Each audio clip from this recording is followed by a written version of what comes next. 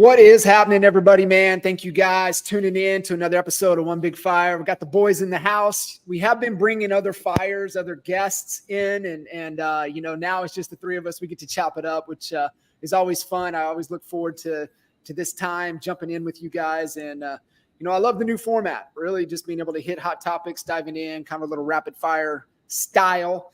And today is definitely no different. And, Al, I want to kick us off a little bit. What Cousin and I were talking about before we came online. I had one of our longtime friends, clients, rock stars, true honey badger, Cindy Featherstone Shields down in Tyler, Texas. She hit me up about we were on a call maybe 2 months ago, and she hit me with the question. She was like, "Do you know what NAR does for us? Do you know what NAR does?" And of course, my default is because, I really don't pay attention to what NAR does. I get the gist, hey, we pay our money times 1.5 million realtors. How much money do they have? They're over lobbying. And she goes, listen, real estate as we know it would not be the same if it wasn't for NAR, right? What are they? The second largest behind Chamber of Commerce or something like that. And then being able to go and lobby and fight for us. And it's not what they bring to the table, it's what they allow to not change. And she started rifling off. She said, you can go to the website and you can see everything they're lobbying for. She goes, 1031 exchange would be gone. She goes, the push, she goes, real estate agents would be employees, would not be 1099 contractors. Just like she just starts rifling all this stuff off. Real estate, banks would be in real estate already. Remember that was the one. That's massive, right? So as we were talking, I had her on Expert Mentors last week. She kind of really broke it down. She had to speak on it. So of course she did the deep work and she went in and really uncovered and pulled all the nuggets and really understood. And she had actual conversations with important people within that ecosystem. And I saw one of Ricky Caruth's post, might have been from the weekend or a little bit earlier, and he was hitting on the same point. And it just reminded me of the conversations that we've had, but also what Leo was sharing in Cleveland. He's mentioned it on many other talks. And it's like, it's the whole thing, right? You're not just you're just not aware, right? There's an awareness issue of is the analogy we like to use, right? A fish doesn't know anything above water, right? It just knows everything below. And until you've experienced real estate and how real estate is done outside of the United States and Canada, you have no clue. And Jay, you always laugh. You're like, come to Puerto Rico and get you some, right? Mm-hmm. So I just don't think people understand, we're the envy of the world when it comes to real estate. And explain a little bit of like, if that was to go away, what would happen? It's awful. So, here in Puerto Rico, they have MLSs. It's not required to be a part of an MLS.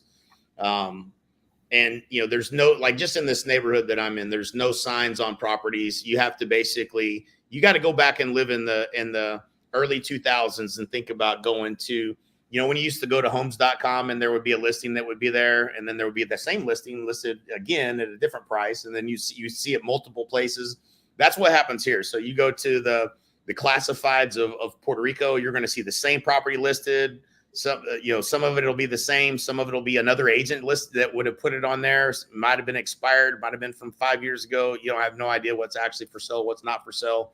There's no getting a feel of what's going on in the marketplace. What is the active inventory? Where is it priced? How do you compare it to it? What is the sold data? How do you get access to that and actually get a gauge for what's actually selling?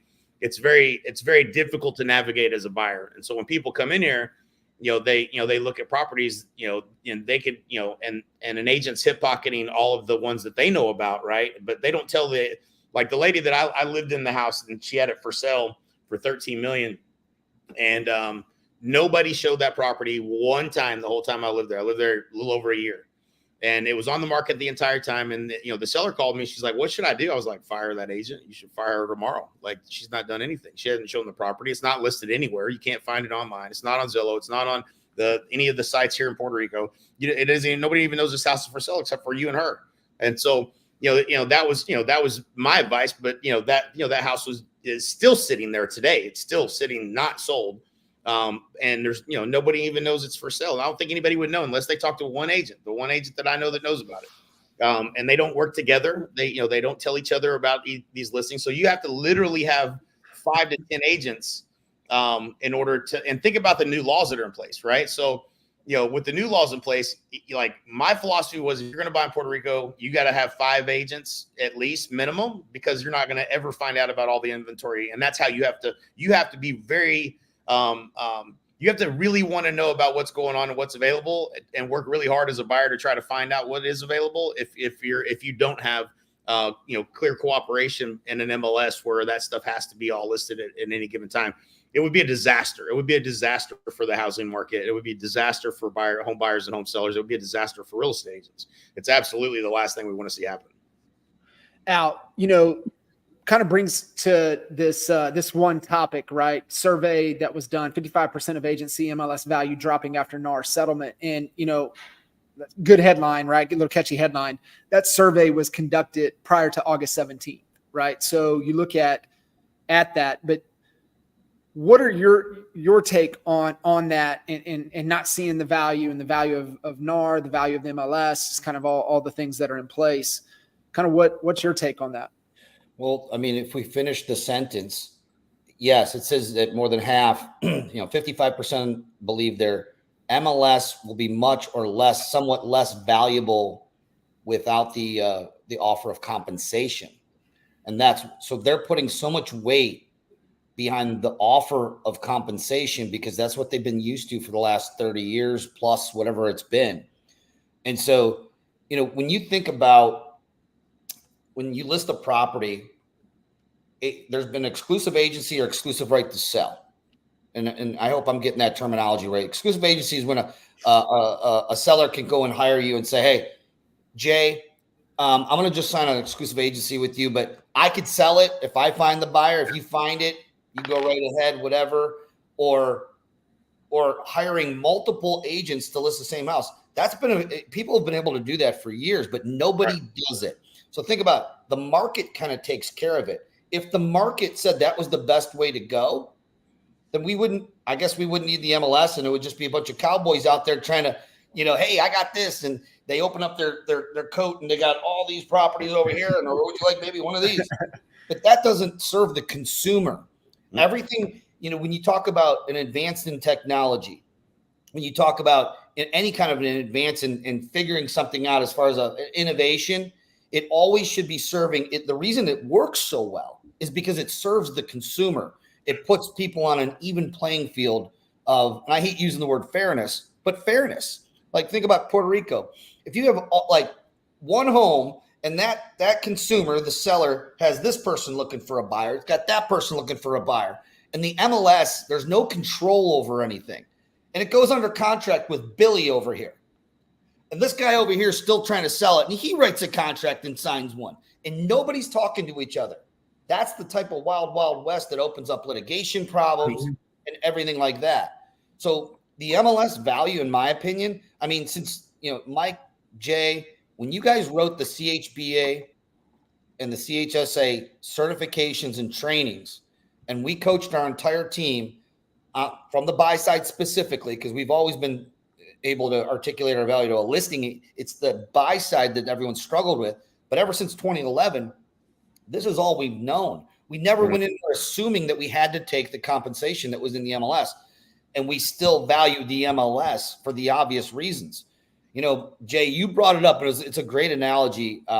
This was maybe a year ago. I can't remember, but I've always used the same analogy. It's like, we're in one of the best businesses in the world. When you think about it, when you open up your MLS and click the button and you see thousands of listings in DFW or thousands of listings in Northeast Ohio, and you didn't have to buy one of those things. A car dealer has to take a huge line of credit out to buy hundreds and hundreds of cars to fill up their lot so they can sell them. They can't go over down the street and sell what's on, the Buick guy, the Kia guy can go over and sell the Buick down the street. They can only sell what's on their lot. As agents, we can sell them all, and that's because of the MLS. Yeah. And that kind of goes into a different thing. Like, MLS is still very regional.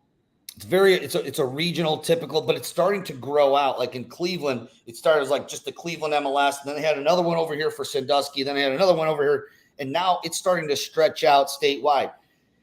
Do you guys see it retracting? Do you see it growing into more of a like one national MLS? Or do you see it staying like more localized, regionalized, or state? Because I don't see any reduced value in the MLS whatsoever. That's just my take.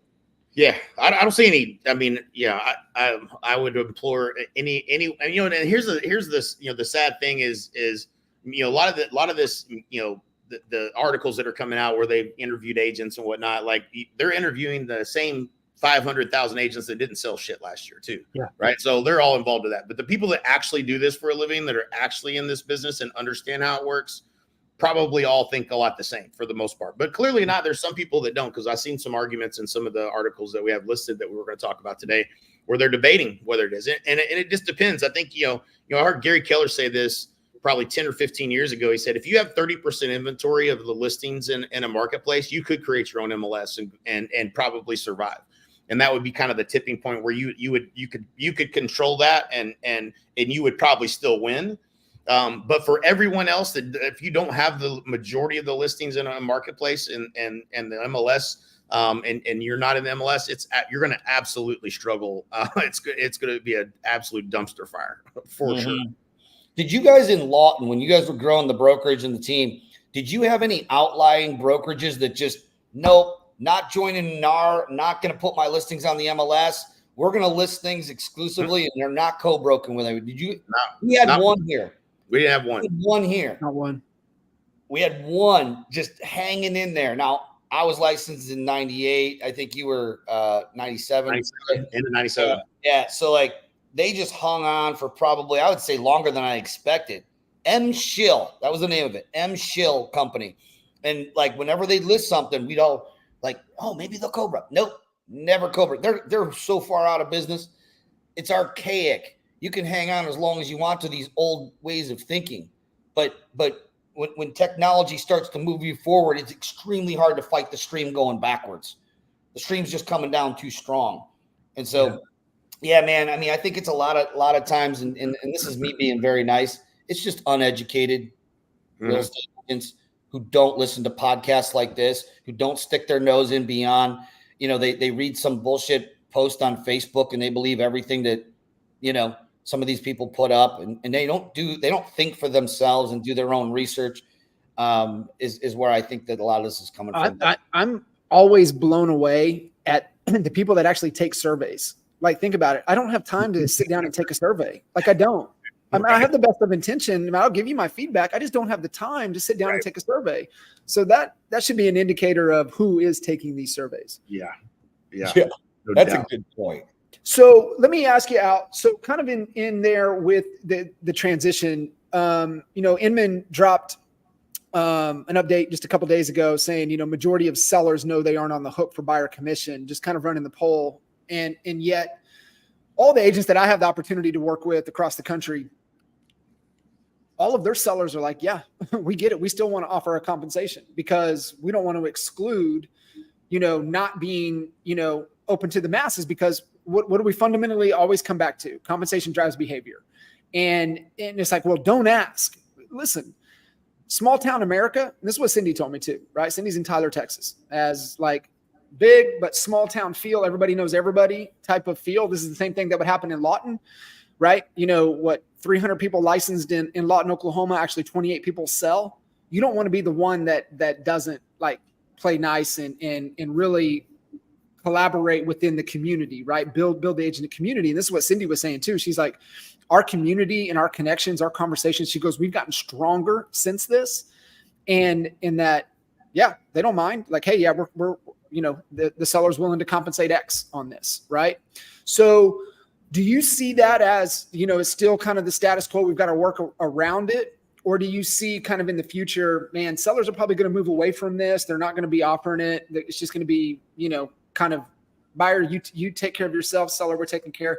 Do you see kind of the trend, or how do you see this kind of playing out down the road? I don't see it changing. If any, it's going the opposite direction. Here's why.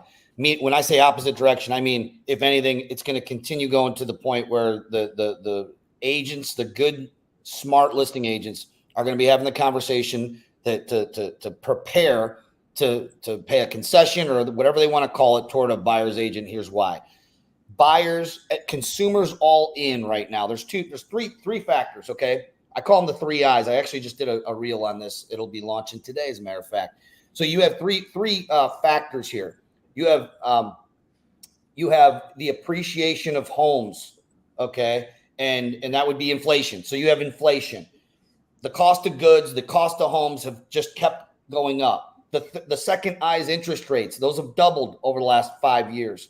And the third is what is the third? The third is darn it, I lost my 3 I's. Damn it. The 3 I's. It was inflation, interest rates, and income.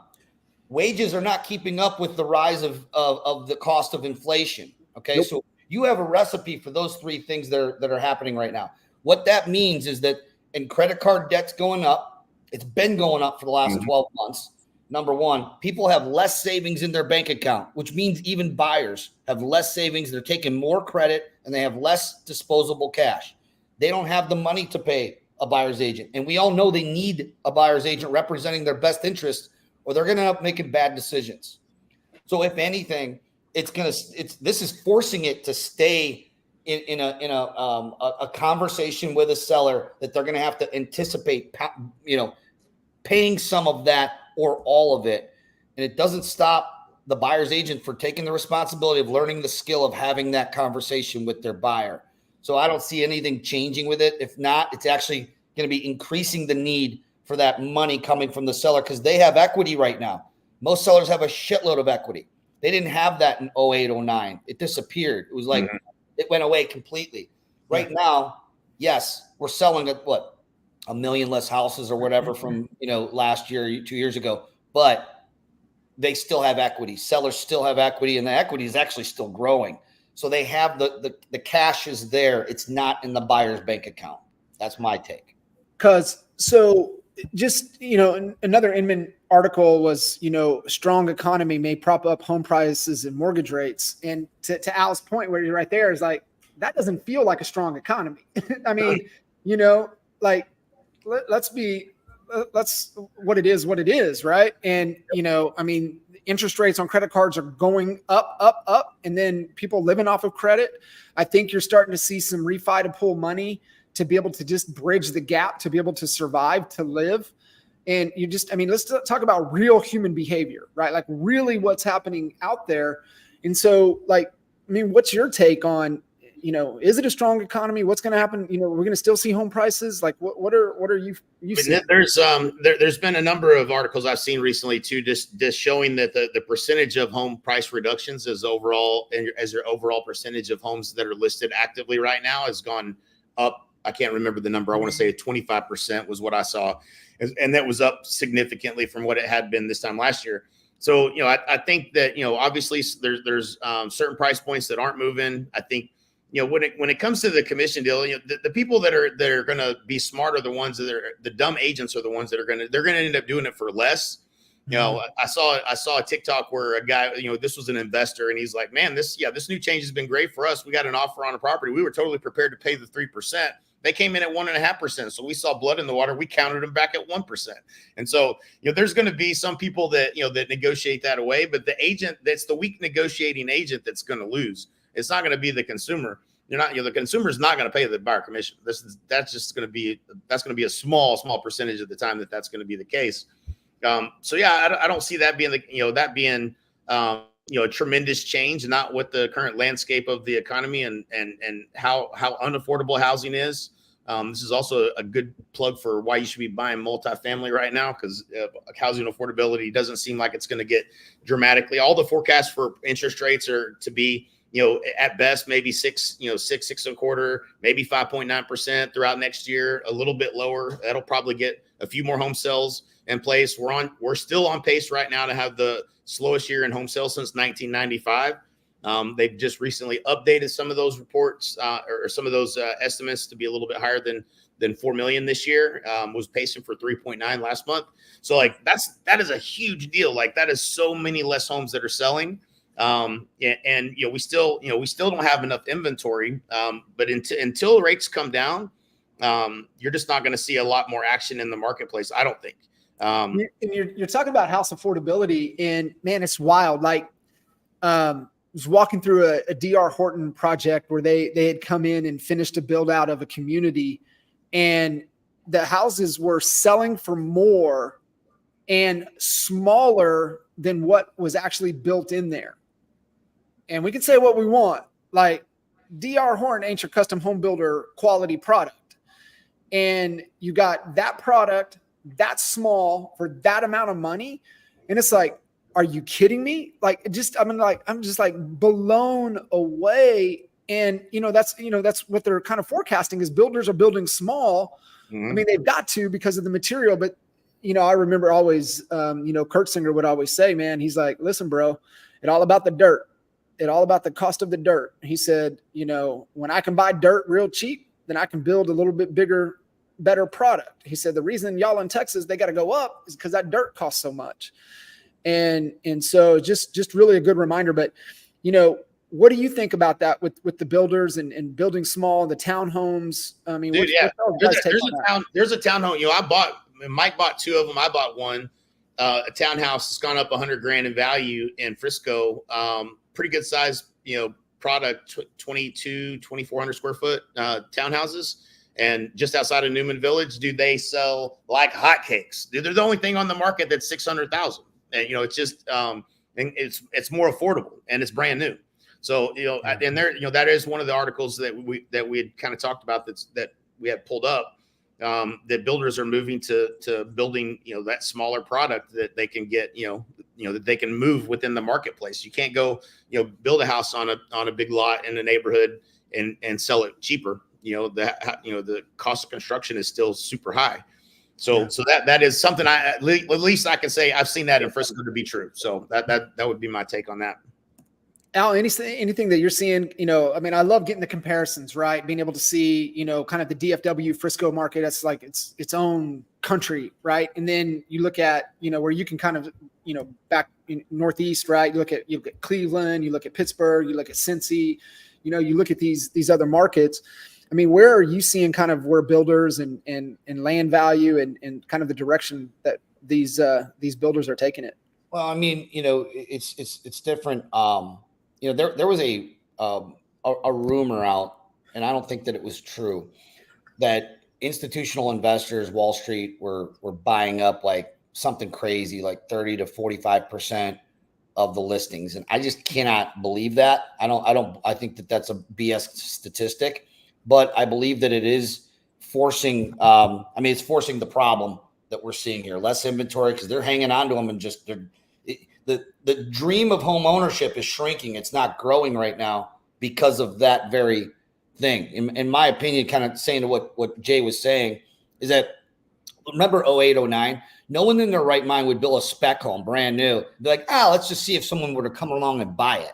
Mm-hmm. And you had mentioned a stat that they were, the number of home sales was going to be shrinking to a level that we haven't seen since 95.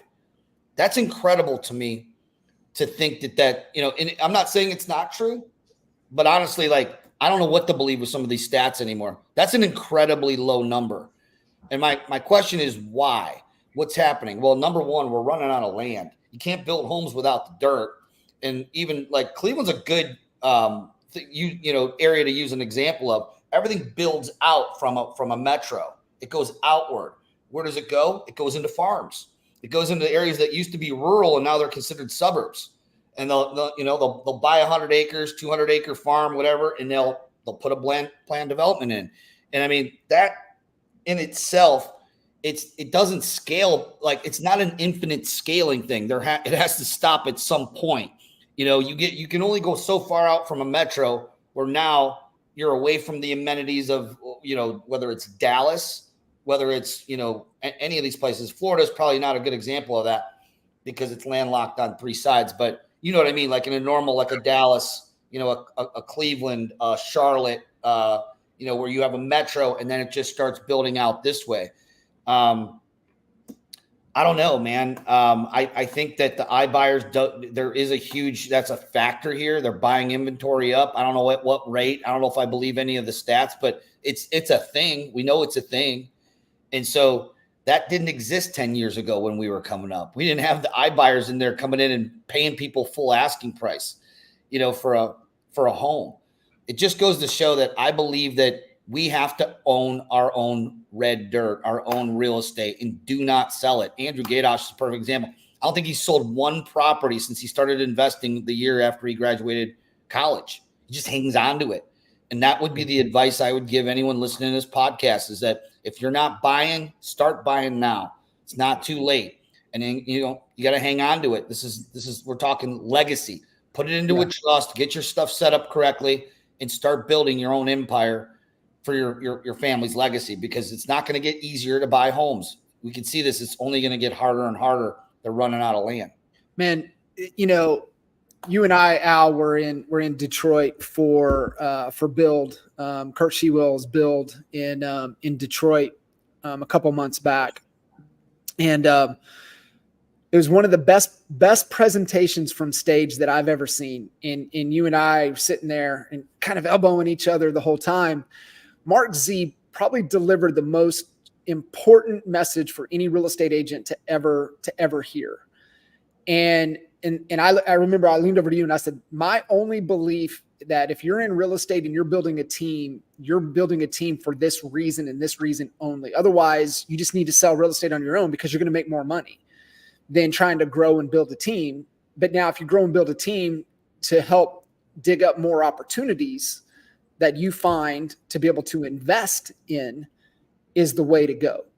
And, you guys have not caught that conversation with Mark Z. I would message Kurt Shewell today and say, Kurt, talk to me about what Mark was talking about on stage. Can I get my hands on that replay? And I'm actually going to have Kurt on before the end of the year to talk about just that specific thing on the investment side and the team structure and the team dynamic of even where he has, Mark's focus, Mark Z's focus, the entire team there and what they're doing. And so, you guys have mentioned it several times, invest, utilize it. And that was one of the beautiful things. I think we just did shit out of necessity, to be honest with you, in Lawton, Oklahoma. But one of the beautiful things that we really uncovered is that, your real estate business is a gold mine to finding opportunities to be able to unlock and invest. I think there's two investments. I think one actually is real estate, and I think the other is other businesses. And I think, you look at what do we know that is not going to be completely disrupted by AI immediately. I think you look at, depending upon market specific, you look at what trades are very valuable. And especially if you have a team, and this is why my belief of a team, because your team can find more opportunities.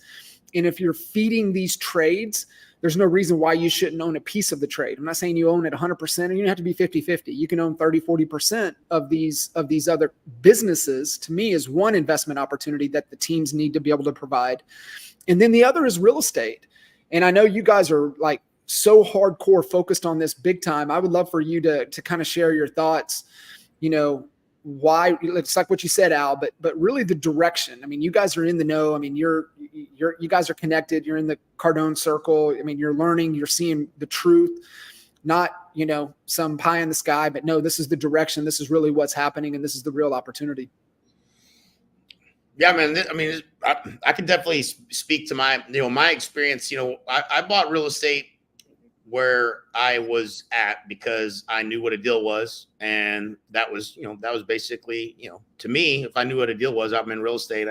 That's why I bought, 29 rental properties. But the truth is I probably wouldn't invest. When you look at multifamily and like what we're doing in multifamily now, when you do the research on the location and you look, all the data is there. You go look at Dallas, Dallas as a metro, and look at the jobs, the job diversity, the migration patterns. That economy is booming because there's more people moving there. There's more jobs, and you know, when I first moved to Frisco, I didn't move there, but when I first started our company, me and Mike in 2005, the tollway ended at 121. And now it goes to 380. That was dirt roads before. Okay. Mm-hmm. Now the PGA Golf, you know, is there, Universal's building there. Like, it's gone crazy nuts. Like, if you would have bought at the end of where the trolley tracks, which they had a 20-year plan that goes all the way to Pottsboro, Texas, which is Lake Texoma. If you bought any land out that way, anytime in the last 20 years, you killed it, because the tollway is out. It's about a mile past, and they're building Coach it. Salina. Yeah, they're out there by the farms out there where you used to live. It's you know, now Gunter is pretty low price, but it's going up in value.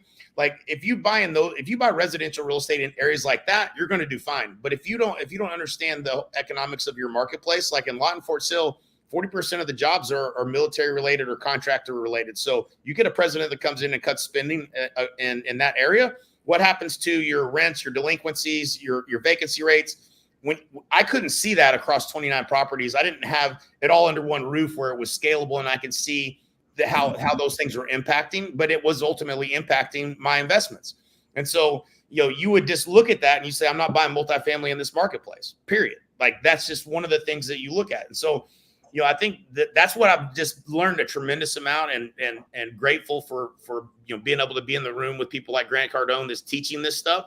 That, you know, you look at the job diversity in the marketplace, you look at multiple factors of whether that's a good place to invest, and ideally you're in an irreplaceable location, and you're buying things that are cash flowing day one. You buy a rental property, and the way that multifamily is valued versus residential is different. Even if I did do rent bumps on all my individual residential houses, which I did not. But if I had done that, even if I'd done that, it doesn't equate to an actual value that's higher for that individual property, because it's going to sell based upon what other comps sell for. Whereas multifamily, you have the opportunity to double your investment every 7 to 10 years because it's based on net operating income. So it's run like and valued like a business. So it's completely different. So, you know, where I never would have invested in Fort Worth or in Dallas and in multifamily, because I wouldn't want to run and manage an apartment complex. Now you can get into syndicated deals where you can just invest your money in the best places across the country, where you know that you can predict all the factors that determine whether rents are going to go up or not, is a good investment or not. And you do that on the front end before you start looking at apartments. So I think that's, you know, as far as investing in real estate, you know, you always want to be where the growth is, and, you know, see where the puck is headed. But in multifamily, you know, the opportunity for you to double the value on that property and exit and 1031 into something else is a lot easier and more scalable than buying 29 properties and trying to do the same thing. And that was my biggest takeaway. Once that clicked, and I was like, that's why that shit didn't work. There was a chapter in Rich Dad Poor Dad that did not tell me that. And so, yeah, so I think that's why we've gotten excited about multifamily plus housing affordability. Let's look at what's going on in the marketplace right now. You think there's going to be more people renting or less people renting right now? Probably more. So, you know, it's not affordable to go buy. So especially in Texas, border state, right? I mean, nobody's got a choice at this point, right? Right. Dude, you took the words out of my mouth and you stole my dang line. We don't skate to the puck. We skate to where the puck is going. And it made me start to think to myself of, like, looking back at my last 26-year career and who you choose to be around. What kind of conversations are happening at your office meeting?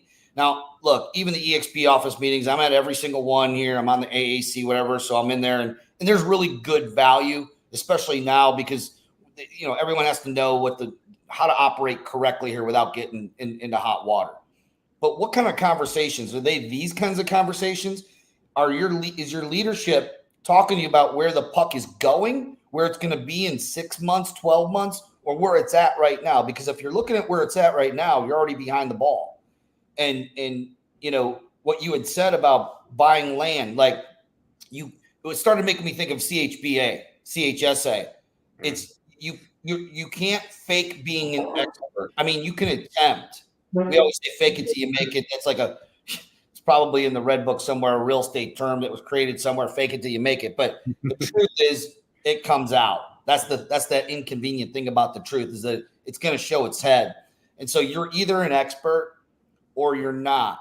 you can either have a high level conversation with an intelligent person about an investment and know how to calculate an ROI and know how to talk to them. You know, we're talking about people that have a higher income and wealth, right? Those are the clients that you want. And can you have a conversation about what this property can do for them with their tax situation and depreciation, you know, and education. And I'll be honest, I was buying rentals too. Not as many as you were, you know, when I first got started, but I didn't have anybody teaching me the right way. You know what I mean? I was just kind of doing some math on a napkin, buying this single family home, buying this double, you know, and they were scattered all over Cleveland. Same thing. And what I want people that are listening to this podcast to rewind and re-listen to is what Jay just said is the difference with multifamily apartment building, a commercial multifamily apartment building with more than 5 units versus 5 single family homes. 5 single family homes are not looked at. The bank's not going to look at that as a business. Whereas with a multifamily apartment building, it's looked at, it's valued as a business with a net operating income, expenses, and all the things that come with that. So, you know, it's really just an education thing. Mark Z stood up in Detroit and he schooled that room. That room was that their heads were spinning like, you know, it's like the first time I met Mike Reese. And after that hour-long conversation, I felt stupid. I'm like, hey, I need to learn something right now, right? Like that was you know, Mark Z pulled a Mike Reese on the whole room, and it was good. I mean, he should be less 7 to 100. What's that? 7 million net worth to 100 million net worth. Incredible strategy. You gave the whole strategy. You play by play. Here it is. Get yourself around people that are having different conversations than the ones that you're seeing on Facebook and the bullshit ones that are happening in these real estate groups that are just, you know, in there. I don't know what these people are doing, but they ain't making any money. I can tell you that. Get into the right rooms. We actually have the room that you need to be in. It's in Dallas on November 9th and 10th. I'm taking my 2 sons, 18 years old and 20 years old. I'm getting them started early because you know damn well they ain't listening to me. Now, you know, because old man don't know what he's talking about. I'm going to get him in front of Uncle G, and they're going to listen to Uncle G and all the experts, the real experts on how to invest the correct way. Not this Carlton Sheets bullshit at 1:30 in the morning, you know, when you're trying to go to sleep and you can't sleep and you're trying to buy the get rich package, you know, for $19.95 a month. No, I'm talking real numbers, being able to calculate an ROI, know what a good deal is and what a good deal. And by the way, I'm still learning. I can't consider myself an underwriting expert on any of this stuff. I'm in learner mode on it. That's why I'm going to conferences and learning. But get in the right rooms. Jay, we'll post a link somewhere in the comments. But what is it? Yeah. ConnectCon. There's a couple different links, but mine's ConnectCon Texas. ConnectCon 2024, ConnectCon Frisco. Any of those will get you there. Grant Cardone's going to be speaking.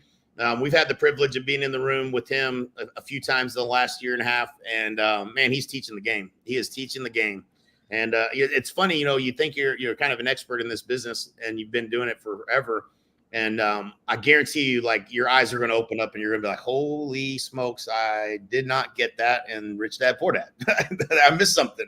I mean, I'm going to go back and read it again because I'm pretty sure that wasn't covered, but and it's an incredible opportunity. You know, absolutely get your tickets. Don't miss it. That's it. No. Love it, guys. Absolute fire as always. And man, get plugged in. And you know, we're here for you guys. If you have any questions, you want to dive a little bit deeper, you guys are going to get that link posted out. ConnectCon Texas, I'll throw it up there. So anything that we guys can do for you, don't hesitate to reach out. You know, I always look for the ones that are going that extra mile and engaging and asking questions. I don't know. I think just kind of biased because that's how we were, right? And you know, just always inquisitive, always asking questions, not afraid to ask questions. And you really see who's really obsessed, right? Not interested, beyond committed, and truly obsessed. And I think that's the market is right for those that are obsessed right now. Speaking of obsessed, speaking of committed, somebody's got a big race coming up here in just a couple a couple days here, right? I mean, are you days away or a week away? November the 2nd. So we're November 2nd. Yeah. All right, man. Coming up fast. Pulling for you another 100-mile. You're doing the Tampa 100. Tampa 100, baby. Tampa 100. And where am I going to be? I'm going to be in somewhere in the Keys at that point. I will be praying for you, thinking for you, cheering you on. I was hoping that you were going to be doing the Keys 100 again because it's in May. It's in May. Yeah. Okay. Yeah. Cool. But we're praying for you, brother. Appreciate you showing up and leading with commitment and showing people what true sacrifice and commitment is, and that mental toughness. That's what we need. We need leaders like that. We need you to treat your business that way, like you're preparing for a 100-mile race, like our boy JK47 over here. So good luck, brother. Cool. Appreciate you guys. We'll see you guys next time. See you.